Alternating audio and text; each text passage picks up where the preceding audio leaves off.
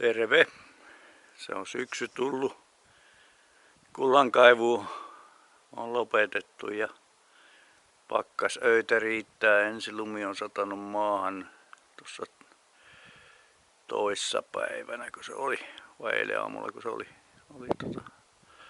lumi maassa. Ja nyt se on kyllä hävinnyt, kuten kuvasta näkyy, niin on lumi kyllä poistunut ihan hyvin, mutta kuurassa pysyy maa koko päivä. Tässä ajattelin tämmöistä näyttää nyt, mitä noissa aikaisemmissa videoissa ei näkynyt. Mä muutin tuossa kesällä tätä mun seulaosaa. Siinä oli se teräsverkko semmonen. Ja siinä oli semmonen ongelma siinä verkossa, että kun on sitä pientä juurakkoa, kanervan ja muun tämmöisen niin kuin aluskasvillisuuden pientä juurta, ja se kertyy siihen niin verkkoihin ja sitten se tekee semmoisen maton, johon jää hiekkaa kiinni ja kiviä, pieniä kiviä, ja se estää niin kuin valumasta ränniin sitä tavaraa oikealla tavalla. Niin mä sain sitten konekaivajalta vinkin, että teet tämmönen pyöreäreikäinen rummunpätkän tähän jatkoksi, ja mähän tekasin sen sitten kesällä siinä välillä, kun kävin kotona, ja totesin, että toimii paljon paremmin, siitä pääsee läpi, pääosin menee läpi. Tuossa näkyy jonkun verran noita, mitkä on tarttunut sitten tuohon muovin. Pitäisi viistää vähän paremmin vielä nuo reunat, mutta siihen pikkasen jää tarttuu kiinni, jos on vähänkin rösöä siinä muovissa, niin noita juurakoita. Mutta se oli ihan tosiaan tähän jää semmoista mattoa, niin pääsee se sora menemään tuosta reiistä läpi. Mulla nyt on 25 milliset nämä reijät. Mulla sattuu olemaan semmoinen terähollilla, niin tein siitä, mutta riittäisi kakkonenkin kuulemma, olisi ihan riittävän iso reikä niin tuohon seulaan.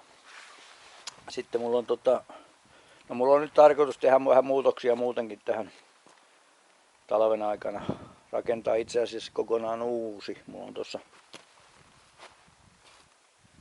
tuossa semmonen valmis 300 millinen putki, muoviputki, ja vanhat lastenvaunut edelleenkin tulee toimimaan alustana, niin kuin tässä nykyisessäkin on samalla periaatteella.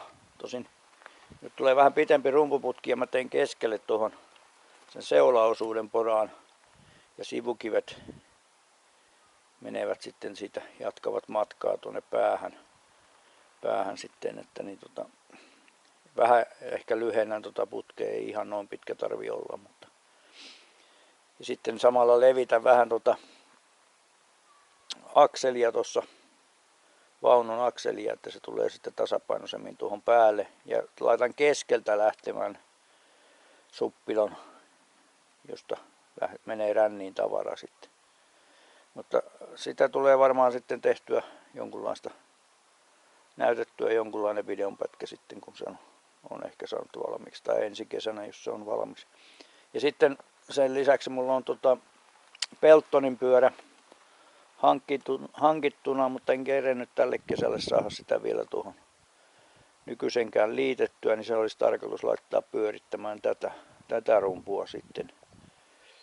Niin katsotaan sitäkin sitten, kun se on päästy siihen pisteeseen. Joo, se on tuo rumpuseula-projekti tuossa edennyt vähän tässä joulun ja uuden vuoden välipäivinäkin pikkasen, ja vielä siinä on kyllä tekemistä aika paljonkin, mutta kyllä se siitä ehkä kuitenkin kesäksi kerkee tulla. Tässä on vielä 5 kuukautta aikaa ennen kuin kaivukausi käynnistyy, mutta katsotaan sitä sitten kesällä, että mitä on saatu aikaiseksi. Mutta tämmöinen projekti on täällä menossa nyt. Sen verran tulee uutta ensi kesälle, että olen tuossa ostanut uuden valtauksen itselleni ja vähän eri maisemista lähden tutkimaan nyt kaivuuhommia sitten ensi kesänä myös. Alkukesästä käyn siellä vanhalla paikalla vielä. Jäi sinne kasan maata seulottavaksi, mutta niin se pitää ja maisemoida paikka kuntoon sieltä. Mutta katsotaan mikä se ensi kesä tuo muuten tullessaan. Toivottavasti suurempia hippuja ainakin.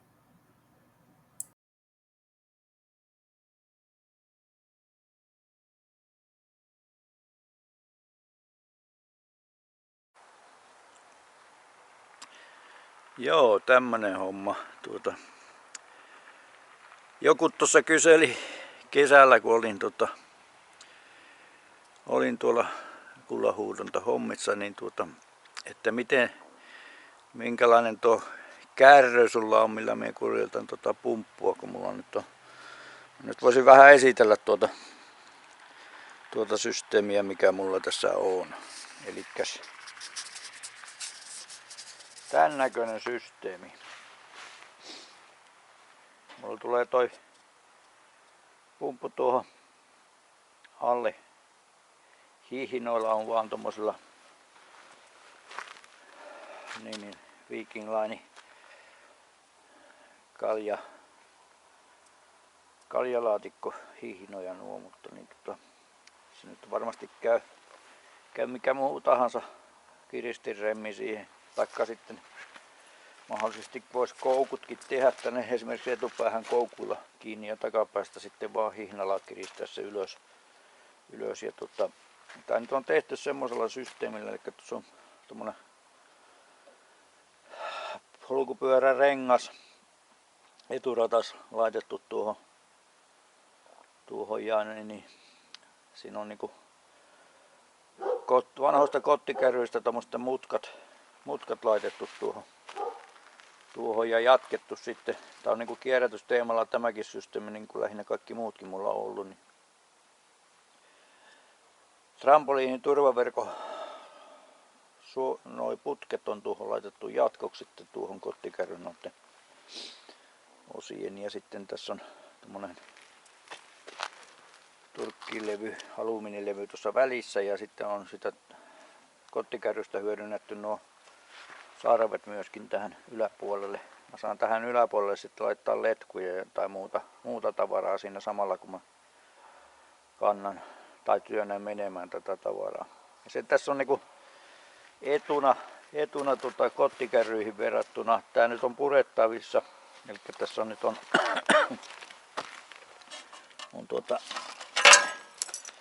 nuo siipimutterilla 4 siipimutterilla kasattu tämä levy yläosa ja alaosa kiinni. Ja samoin kuin toi putken liitos on tehty sillä samalla siinä jatkosliitos on tehty samalla siipimutterilla ruuvilla.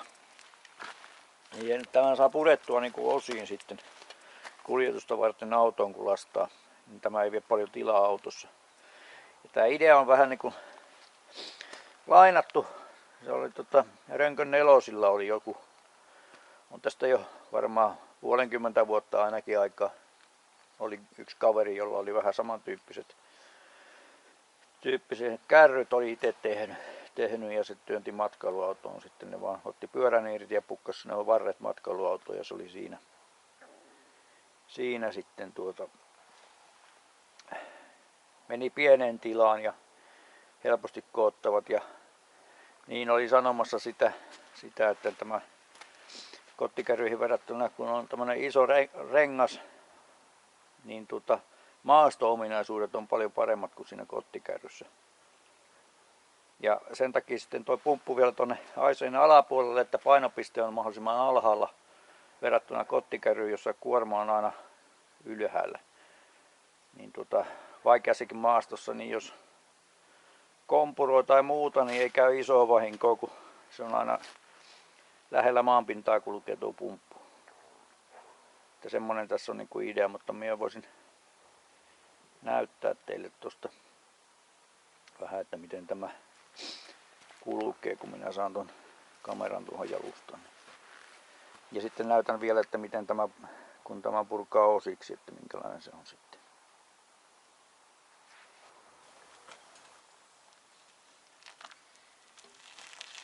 Toimii tälleen se kuorma siellä alla ja se on suhteellisen kevyt liikuttaa sitten, kun se roikkuu tuolla alapuolella tuo paino.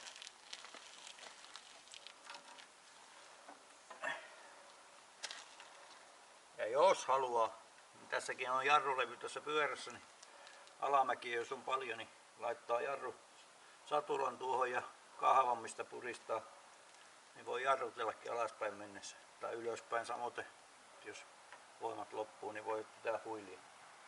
Sitten niin otetaan hiihinatiedetin ja löysään sen pumpun sieltä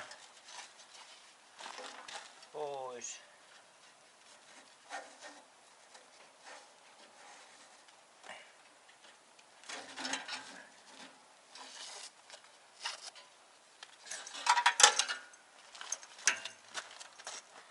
Se on tämmönen rakenne sitten sillä pelkästään, kun se on tämä laitos.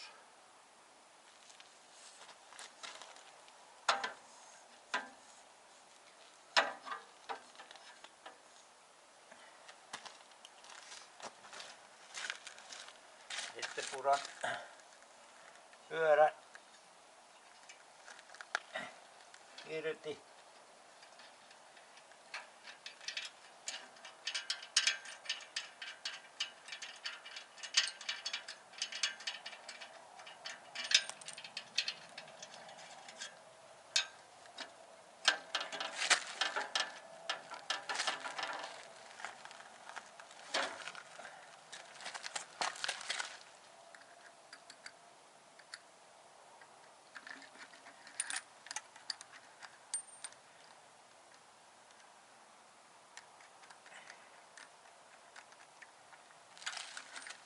Pyörä irti ja